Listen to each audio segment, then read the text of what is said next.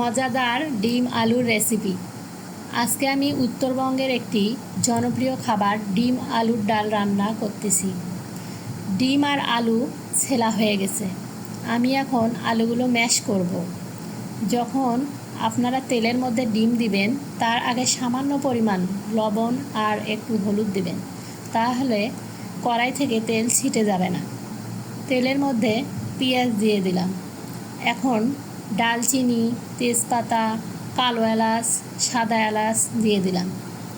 তারপর একটু ভালো করে নাড়ানাড়ি করব। তারপরে আমি এখানে হলুদ, রসুন, লবণ দিয়ে দিলাম। সামান্য পরিমাণে আদা বাটা দিয়ে দিলাম। তার সঙ্গে কাঁচামরিচ বাটা দিয়ে দিচ্ছি। মরিচটা একটু বেশি দিলে ঝাল ঝাল হয়, খেতে ভালো লাগে। তারপর একটু কাঁচা জিরা বাটা দিয়ে দিলাম। মশলাগুলো ভাজা হলে আলুর ডাল রান্নাটা সুন্দর লাগে, খেতে স্বাদ হয়। একটু কালার আসার জন্য লাল মরিচের গুঁড়া দিয়ে দিলাম। মশলাটা খুব সুন্দরভাবে নেড়ে চেড়ে নিতে হবে।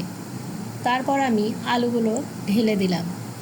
ঢেলে একটু নাড়ানাড়ি করে নিতে হবে যেন কড়াইয়ে লেগে না যায়। হয়ে গেল আমার সুস্বাদু ডিম আলুর ডাল রান্না।